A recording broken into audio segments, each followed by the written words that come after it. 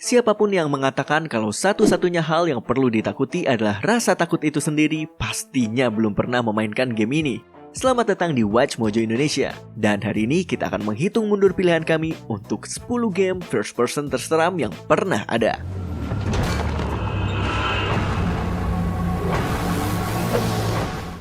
Sebelum kita mulai, kami mengeluarkan video setiap minggu.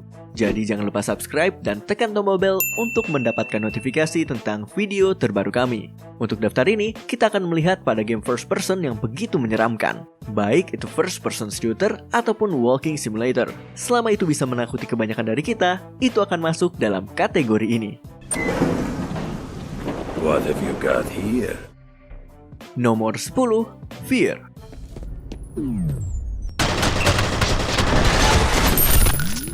Tidak mengejutkan kalau game yang berani menamai dirinya Fear memiliki berbagai hal yang menyeramkan di dalamnya. Tim First Encounter Assault Recon mungkin merupakan grup khusus yang dilatih untuk menghadapi segala sesuatu yang menyeramkan. Tapi sayangnya, mereka tidak siap ketika mereka harus berhadapan dengan si pembunuh telepatis favorit orang-orang, Alma Wade.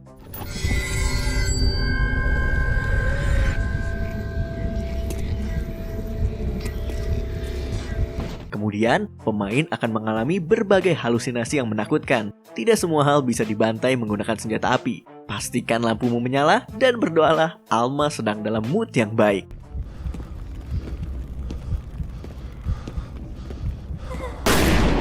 Nomor 9, Cliff Barker's Undying. We've all been quite worried.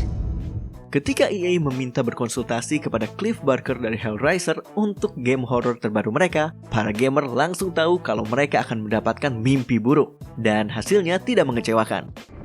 This can't be good.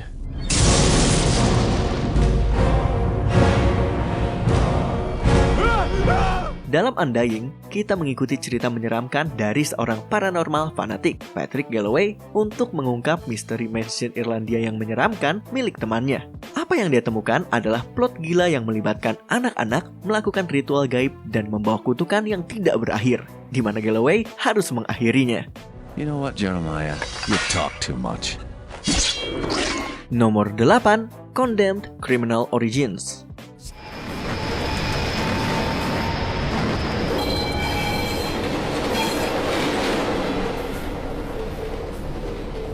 Kalau kamu takut akan gelap, kamu mungkin ingin menghindari yang satu ini. Suasana dalam game ini terdiri dari bayangan gelap dan interior kumuh, membuatnya sulit untuk melihat apapun ketika kamu berusaha menyelesaikan kasus pembunuhan berantai yang kejam.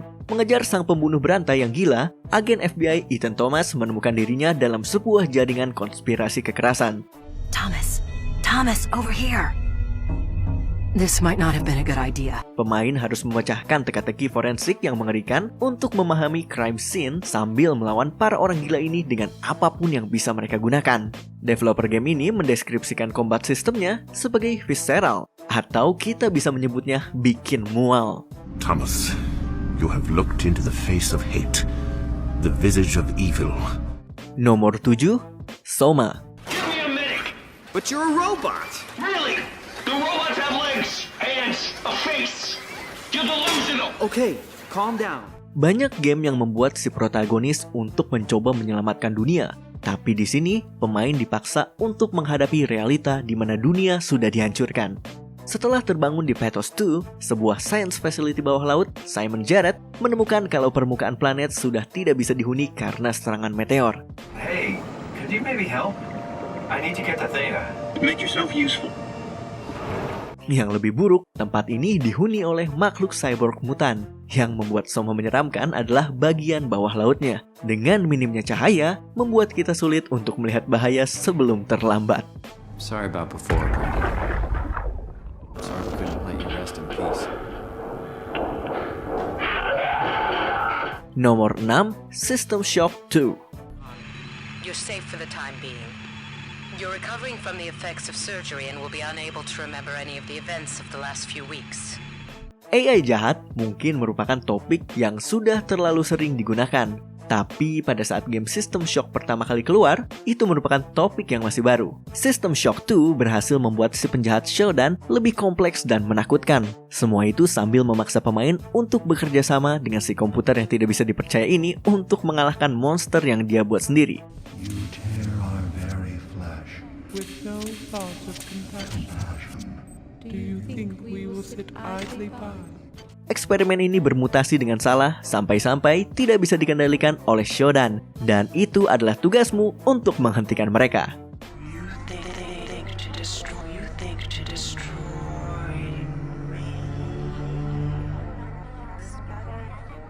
Nomor 5, BioShock.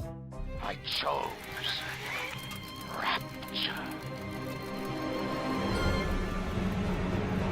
Rapture merupakan salah satu tempat yang paling unik yang pernah dilihat dalam video game, juga sangat menyeramkan.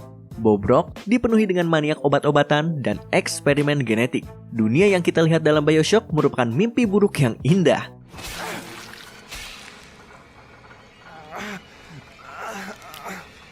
Levelnya didesain dengan rumit, musuh-musuhnya kuat, belum lagi plot twist yang terkenal itu.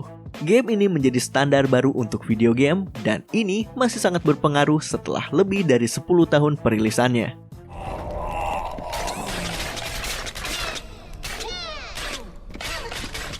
Nomor 4, Outlast. You can't fight them. You have died. Sebuah rumah sakit jiwa yang ditinggalkan dan penuh dengan pasien malpraktek mungkin bukanlah latar belakang paling original untuk cerita seram. Tapi Outlast melewati klise itu dengan menambahkan fitur unik yang cukup untuk memberikan cahaya baru dalam topik ini. Membuat gameplay stealth menjadi menyeramkan dengan menghilangkan opsi untuk bisa melawan musuh. Game ini memberikan perasaan ketidakberdayaan yang akan menghantuimu bahkan setelah kamu menyelesaikan gamenya.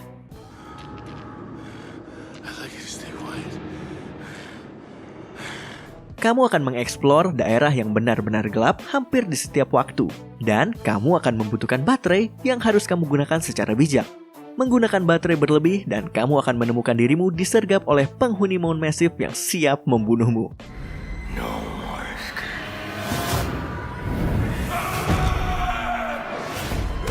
Nomor 3, Resident Evil 7 Biohazard. Oh, come on now. Don't be like that. It's gonna be fun. Just you wait.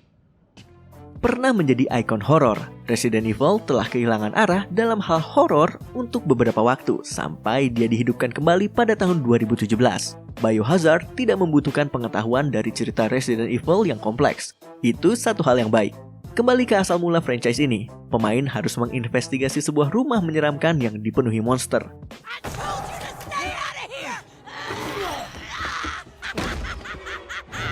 Memberikan ketakutan kepada setiap orang yang berani memainkannya.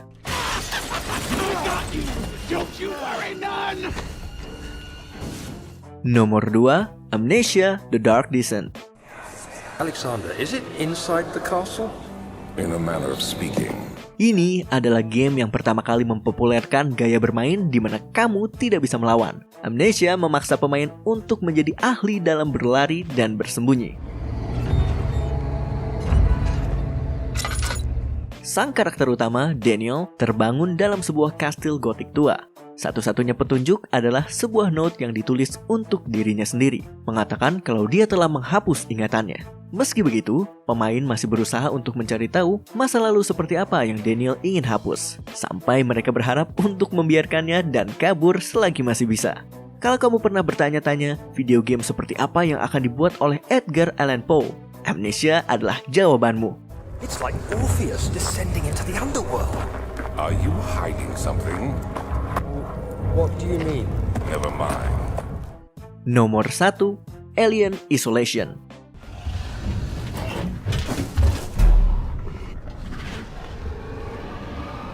Video game yang berdasarkan film masterpiece tahun 1979 hanya memiliki dua kemungkinan, benar-benar bagus atau sangat jelek.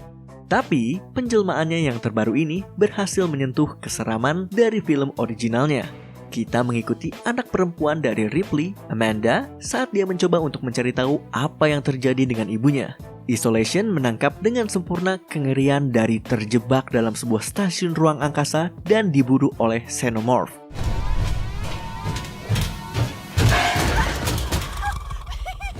Tingkat kesulitan yang tinggi dan save point yang kaku ini cukup membantu. Sebuah kenangan untuk game survival horror zaman dulu. Tapi, percobaan musuh AI lah yang membuatnya lebih menonjol daripada game-game yang lain.